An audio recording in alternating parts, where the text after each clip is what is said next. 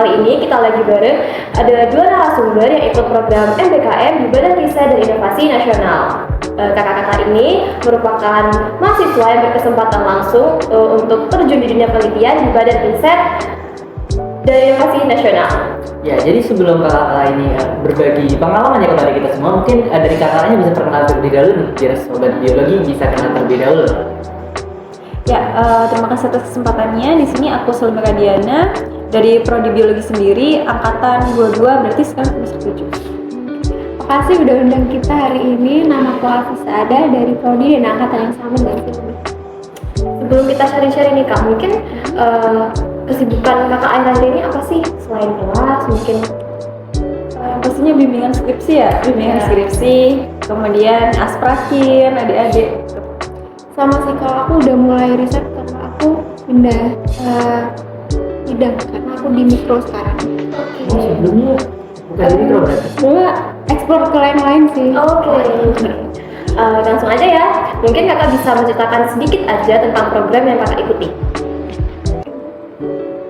Jadi kita magang di BRIN, Badan Riset Inovasi Nasional, tapi kita di beda tempat dan kita ada dua tipe magang. Kebetulan kita di magang risetnya. Nah, ya kalau dari aku sendiri, ini aku ikut dari program riset botani terapan yang tepatnya ini ada di Jogja. Berbeda sama Kak Alfi sendiri, kalau Kak Alfisnya tadi di Cibinong ya. Ini kan dari kakaknya kan program risetnya kan berbeda nih. Nah, bisa diceritain nggak kegiatannya dari kakaknya ini apa aja selama menjalani program tersebut? Nah, kalau aku sama Sulmi kayaknya beda jauh ya, karena dia lebih terjun ke lapang, kalau aku lebih ke lab basahnya. Jadi tiap hari aku berangkat jam 8, pulangnya sekitar jam 5 mungkin ya, untuk kerja di lab. Karena topikku mengenai isolasi protein ABCC dari tanaman jarak, lebih ke bioteknya. Nah, hasil dari sequencing isolasi tersebut nanti ditransformasi ke bakteri, begitu ke sektor. Kayak rada sibuk sih. Di lain itu juga ada journaling. Aku dapat beberapa seminar, kayak aku bikin seminar di depan para ahli kanker gitu mengenai protein ABCC. Nah, kalau dari aku sendiri itu kegiatannya memang fokusnya di lapang ya, berbeda sama Alfis yang di lab. Nah, kalau kegiatan di lapang sendiri itu berkaitan terkait konservasi dari anggrek kayak gitu kan. Anggrek yang aku pilih itu Dendrobium sama Cymbidium. Nah, untuk lokasi lapangnya itu bermacam-macam, ada di perbukitan, ada di gunung. Jadi kita bisa explore suatu spesies tanaman bersama turget-turget hiking yang berbeda. Salah satunya tuh ada yang di Gunung Merapi dan juga ada yang di Gunung Kidul kayak gitu kan. Salah satu dari gunung yang kita daki dan kita juga lakukan seleksi terkait tanaman yang di sana. Terus habis itu kegiatannya selanjutnya sama, yaitu ada journaling, di mana setiap kali kita mau ke lapang kita juga harus memahami topik risetnya kita kan. Nah, kalau memahami topik riset berarti harus tahu sumber-sumber penelitian terlebih dahulu, riset-riset terlebih dahulu, jadi kita pelajari untuk sebagai panduan dan pedoman kita selama ini. Oke, sebelum ke pertanyaan selanjutnya, saya ingin tanya dulu Kak, ini memang kakak-kakak ini memang tertarik di bidang riset tersebut atau bagaimana? Karena kan dari kakak-kakak ini beda, sangat-sangat beda bahkan. Kakaknya di lab basah dan kakaknya lebih di luar ruangan. Apakah itu memang relevan dengan minat kakak? Ya, kalau dari aku sendiri, emang aku ambil sesuai dengan interestku sendiri kan ya. Dibuktikan dengan aku di sini kombinya kan biologi sendiri juga udah mewadahi kita sesuai dengan keinginan kita. Nah, kita dibebaskan untuk memilih kombi apa, kayak gitu kan. Nah, aku kombiku ekologi berarti untuk di sananya, untuk mencerminkan ekologi berarti aku harus cari sesuatu yang berkaitan sama ekologi, contohnya konservasi dan juga melakukan studi lapang. Nah, itu jadi dasar pemilihan aku risetnya itu di BRIN itu seperti apa. Jadi memang untuk riset yang ada di BRIN itu memang ketertarikan sendiri. Kalau aku sama sih, aku cari yang relevan karena aku suka semi mikro sama semi biotek ya. Jadi aku ambilnya di tengah-tengah itu. Jadi awalnya aku melamar di salah satu pembimbing yang dia itu isolasi genetik dari tumbuhan yang langka yang ada di Bangka Belitung. Tapi ternyata ada beberapa wawancara lagi, jadi saya di move ke pembimbing lain. Ya, kemudian selama kakak menjalani program tersebut, kita sudah sesuai dengan ketertarikan kakaknya masing-masing. Nah, namun selama menjalani program tersebut, ada nggak pengalaman yang mungkin dari kakaknya Rasa berat. ya terasa berat gitu? Tapi nanti juga diceritain Kak yang seru-seru biar sobat biologi tertarik. Jadi awal-awal kita berangkat bulan Februari kan ya. Bulan Februari. Itu adaptasinya harus benar-benar adaptasi banget karena beda banget ya Jember sama Cibinong apalagi Jogja. Karena inflasinya beda-beda jadi ada yang makanannya mahal gitu-gitu ya. Tapi pressure-nya itu waktu aku awal-awal ada di lab. Jadi aku nggak terjun langsung di lab awal-awal itu. Aku harus mempelajari topik apa yang bakal aku teliti di lab gitu. Nah, serunya itu aku bisa mengenal banyak peneliti yang lulusan dari Italia, Jerman, Jepang, even dari Kairo juga ada. Nah, selain itu aku juga banyak kenal sama temen baru kayak dari Univ IPB, UI, bahkan Unhan yang sekarang banyak ada di BRIN gitu. Nah, kalau aku sih hampir sama ya seperti Alfi sendiri. Pasti awal-awal itu banyak nangisnya. Kalau di biologi nangis, kalau di sana lebih nangis lagi. Iya, soalnya kayak gimana, kayak pasti ditanyain, emang ini yang kayak dipelajari harusnya kan teori-teori seperti ini sudah kalian pelajari dari semester 1 sampai semester sekian kayak gitu kan. Mungkin ada beberapa kinerja kita yang masih kurang sesuai kayak gitu kan. Apalagi kita dideretkan sama univ-univ top kayak misalnya kayak ada UGM, Unpad kayak gitu kan. Terus habis itu IPB kan mereka itu juga pastinya belajar sama seperti kita tapi dengan teknik yang berbeda semuanya kan. Kita harus menyelaraskan dan satu sama lain itu kayak benar-benar ibaratnya kita berangkat bareng ya selesai juga bareng seperti itu kan. Terus habis itu beratnya juga ya itu ya masalah keuangan otomatis kan. Dengan tempat yang berbeda otomatis harga di sana juga berbeda. Kemudian yang bikin kita terasa pressure juga yaitu sih mindernya kita kayak gitu kan. Mindernya kita kayak takut nih gak sesuai sama ekspektasinya. Bener. Iya, para pembimbing. Ekspektasi para pembimbing itu kayak bukan setara S1 lagi, kadang S2 kayak gitu kan. Kalau bisa gak cuma belajar kayak gini, pakai juga kalian kan pasti belajar nanti kayak statistik di sini studio. Di sana juga bakal diimplementasikan dengan skrip-skrip yang kalian buat sendiri. Bener-bener kayak kalian dulu yang coba baru saya cek apakah itu benar skripnya kayak gitu, apakah benar coding seperti itu kayak gitu langsung. Terus habis itu kalau untuk hal-hal baiknya ya yang pasti terkait monitoring di sana, pembimbingan di sana apa sih yang enggak bisa dikasih beliau kepada kami terkait riset ya di sini konteksnya. Kayak mulai dari kami ingin jebolin jurnal apa, pasti beliau bimbing selama kita dengan tim riset kita tuh kayak benar-benar sungguh-sungguh. Misalnya kak pengen Bu, kayak punya tantangan Bu atau Pak pengen Scopus, oke dijabanin kayak gitu. Bu pengen Sinta sekian, boleh dijabanin. Kan kalau selama kita kuliah kita juga mikir pasti kan dananya yang buat masuk ke jurnal tersebut dan lain sebagainya, riset-risetnya itu kan. Terus habis itu relasi dengan teman-teman dengan univ-univ top-top itu pasti bagus banget kayak gitu kan ya. Dari sana kayak dikasih tahu apa yang kita nggak pelajari di sini, di sana kasih tahu, dan apa yang nggak mereka pelajari kita juga kasih tahu kayak gitu kan. Juga mereka menggunakan tools yang kayak kita nggak tahu, mereka udah kasih tahu ke kita kayak gitu.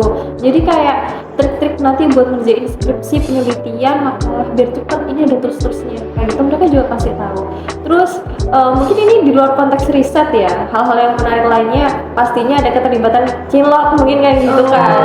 Nah, gak jarang dari teman-teman riset yang di BRIN itu ketemu dengan pusat riset yang lain, kayak contohnya kayak tadi nuklir otomatis cowok semua kebanyakan. Nah, untuk yang dari Solsum kan gabung ya deh di sana, otomatis mereka kayak nemuin kayak pasangan cintanya di sana. Kayak gitu ya. Biologi baru dicatat belum? Salah satu waktu yang bermanfaat juga. Karena kita di kota yang gede ya, kita bisa explore lagi kayak seru-seruan di kota orang gitu. Ada keuntungan, ada yang juga berat-berat tadi.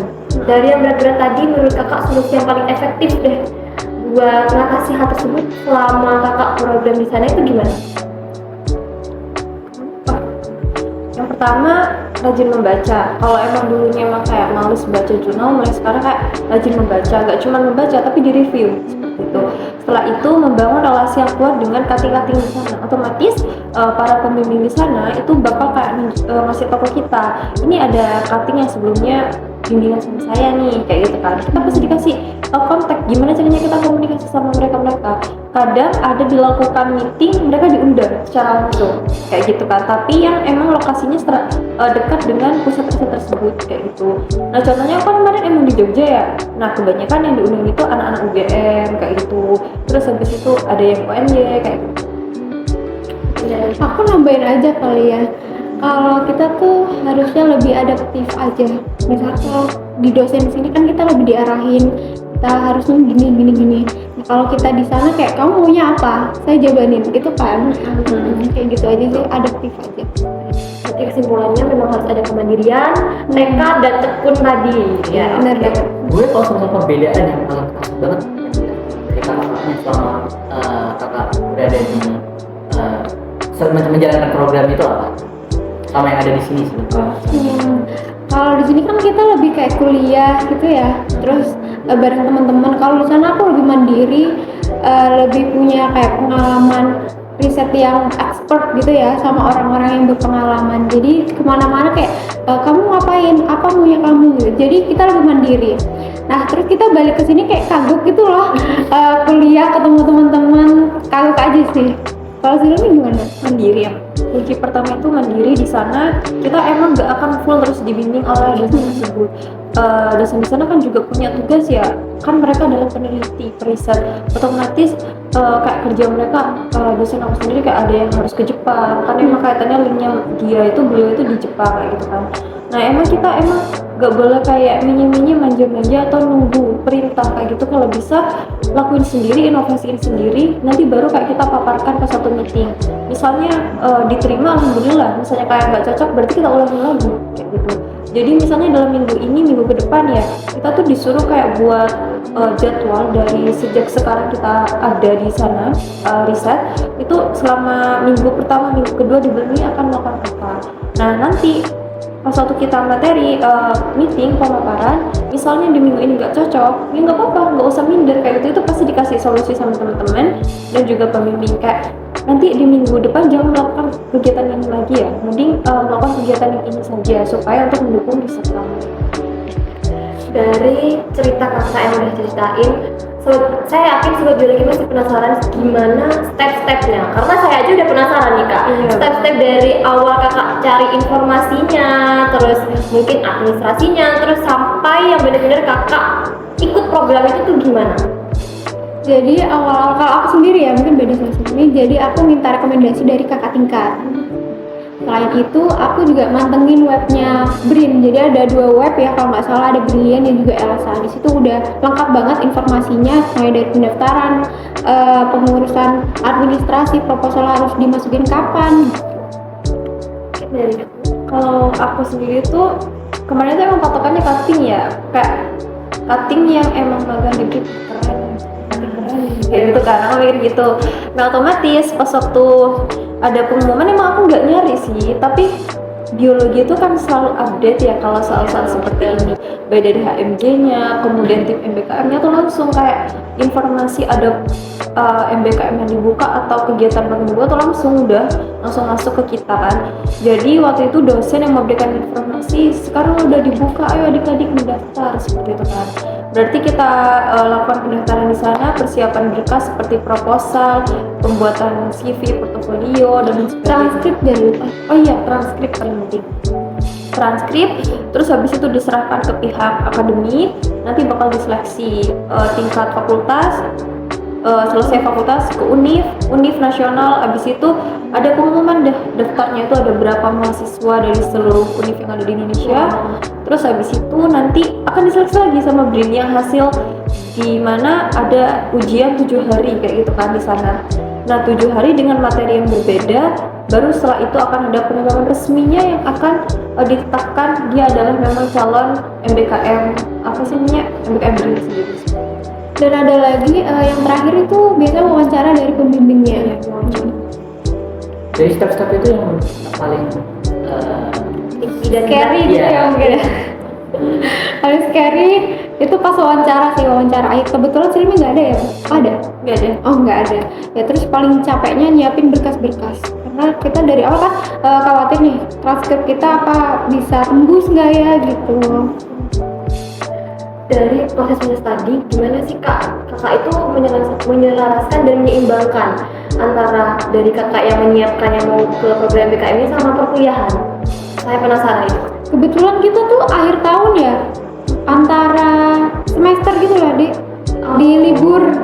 Jadi kita kayaknya dulu dikasih waktu seminggu buat bikin proposal. Kita harus Seminggu. dan proposal kita rada beda karena ada yang beberapa dari kita proposal magang dan ada juga yang proposal riset gitu. Dan emang saat itu emang udah terbebas dari mata pelajaran mata kuliah ya, nggak ada kuliah saat itu. Jadi mau fokusnya kita ke sana. Terus habis itu untuk pembuatan proposal sendiri juga kita akan dimonitor oleh dosen dari biologi sendiri. Jadi proposal nanti akan dikirimkan ke dosen yang bersangkutan yang jadi DPR kita, itu akan dikoreksi. Nanti itu misalnya ada revisi kita perbaiki, serahkan lagi, baru finalnya yang akan kita serahkan ke DIN. Berarti harus ada niat dulu, niat dan juga ketekunan tadi yang sudah dijelaskan oleh kakak-kakak ini. Mungkin terakhir ada pesan-pesan atau tips and trick buat sobat biologi yang memang nantinya tertarik nih. Karena saya pun juga tertarik, mungkin kakak ada tips and trick biar bisa disiapkan dari sekarang. Nah kalau untuk pesan ya, lebih tepatnya satu, selama praktikum jangan kayak apa sih namanya keluyuran. Terus selama praktikum itu jangan kayak tidur-tiduran dan lain sebagainya, benar-benar pahami. Karena yang benar kata dosen, kalian ini nanti praktikum bakal diaplikasikan loh di dunia kerja. Jangankan dunia kerja, waktu magang aja benar-benar diaplikasikan, itu bakal ditanya. Jadi pas satu praktikum harus benar-benar ikut praktikum dengan baik pokoknya ya. Terus abis itu kalau misalnya males baca jurnal, paling tidak ya 1 bulan itu kalian itu menargetkan belajar berapa jurnal, review seperti itu. Kemudian percantik CV dan portofolio kalian dengan pengalaman-pengalaman dan skill kalian yang emang relate dengan BRIN. Kalau tips dari aku lebih tahu sih maunya apa. Kalian pengen magang di mana, topiknya apa gitu. Misal kalau kalian ingin berlanjut buat TA, kalian harus mengerti banget apa yang kalian mau. Terus percantik juga proposal. Oke, sobat biologi bisa dicatat ya tips and trick dari kakak-kakak luar biasa kita ini. Oke, menurut saya menarik sekali perbincangan kita pada kali ini. Sharing-sharingnya pun sangat-sangat bermanfaat dan kita akhirnya tahu kalau MBKM itu outputnya itu tidak hanya belajar di kelas saja, tetapi pengaplikasian dari teori-teori tadi di dunia riset. Ya, jadi kalau misal ada kesempatan buat ikut MBKM, mau itu riset, pertukaran pelajar atau yang lainnya, bisa ambil aja. Siapa tahu itu bisa menjadi titik balik kalian untuk membentuk masa depan kalian nantinya. Ya betul, karena kesempatan nggak datang 2 kali. Jadi buat sobat biologi yang masih ragu atau kayak aku mau ikut nggak ya, nggak usah ragu karena di podcast kali ini mungkin bisa menjadi motivasi buat sobat biologi buat terus melangkah maju. Oke. Sekian dari podcast kita kali ini yang bersama Kak Silmi dan Kak Alvis. Semoga bermanfaat dan sampai jumpa di segmen selanjutnya. Bakteri Pet Talk, tempat ilmu bersuara dari sel hingga semesta.